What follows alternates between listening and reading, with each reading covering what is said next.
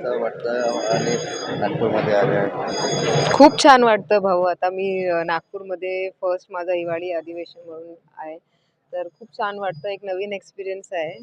कालपर्यंत मला असं काही थोडासा अ, वाटत होतं, की बाबा आता काय होणार आणि पुढे कसं चालणार आणि कोणी मला हेल्प करणार. पण आपण तिकडे बसून कोणाला विचारलं तर ते खूप ॲक्टिव्ह होतं आणि खूप गाईडन्ससाठी अवेलेबल होतं.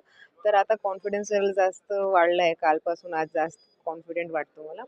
बस आणि नवीन पद्धतीने काम करायचं आहे, कसं करू आणि पुढे कोणकोणते विषय जे माझ्या मतदारसंघाचा आहे आणि पूर्ण महाराष्ट्रामध्ये काय विषय असेल तर कसं मांडू हे यावर माझं लक्ष आहे आणि ते खंबीरपणे आपण ज्या कामासाठी लोकांनी आपल्याला निवडून दिलं आहे, त्या कामासाठी आपण काम करू आणि जे विषय आहे त्यावर चर्चा करून जे विषय असेल त्यावर आपण विषय आता उभे करायचे आहे, तर ते पण उभे करू आणि काम करू. मॅडम शक्तीनगरचे डेव्हलपरसाठी काय करणार?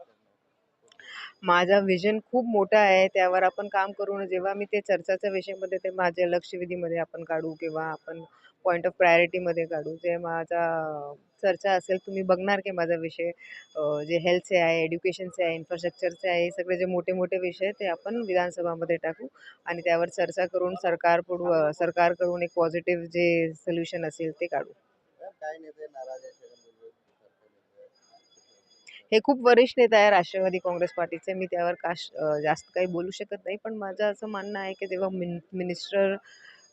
मिनिस्टरचे जे डिस्ट्रिब्युशन असतो, की काल कोणाला मिनिस्ट्री देऊ, कोणाला नको देऊ, तेव्हा एक नाराजगीचे वेळ जे आहे ते चालतं आणि इकडे पण तसंच चाललंय. नंतर ते आमचे वरिष्ठ नेता आहेत, ते याच्या अगोदर पण आमच्यासोबत होतो आणि याच्या पुढे पण आमच्यासोबत आपलं राहणार. नाव पण मंत्रिपदासाठी माझं नाव जे होतं ते मीडियामध्ये बातमी फक्त न्यूज चॅनल चालवले होते आणि मी आभारी मानतो तुमचा.